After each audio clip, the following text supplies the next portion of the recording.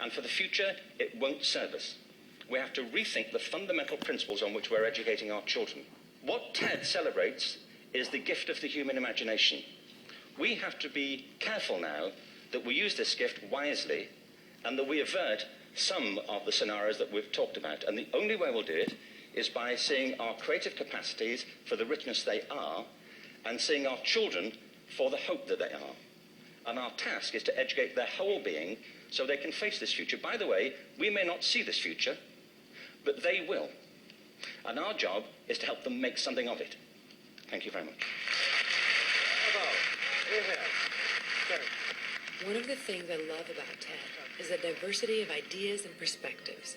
This has to be the first time these next two have ever spoken back to back. So what are you going to do with what you've been given? What do you have that you've been given? Talent, background, education, freedom. Did you know that God smiles when you be you?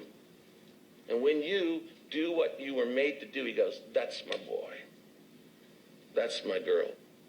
What I'm proposing is just as we require reading, writing, arithmetic, American history, so we should have a curriculum on facts about all the religions of the world. I know many religions are so anxious about preserving the purity of their faith among their children that they are intent on keeping their children ignorant of other faiths.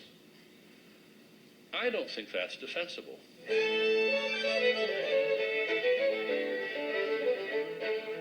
Yes, I've been coming to TED, every TED in Monterey since 1986, so I'm an old-timer.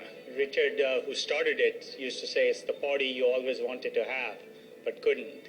It's incredible to me. $4,400 a ticket, and some of these guys have been coming for 15 years. I mean, they could have bought a house with that money. A small house. I feel much more optimistic about the future, and TED is part of that because I think that people are really focusing on important global issues, and I feel psyched to be here and part of it.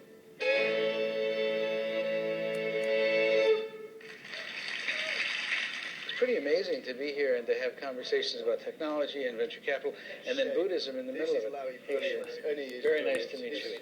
As inspiring as everything had been up to this point, the evening event was truly the center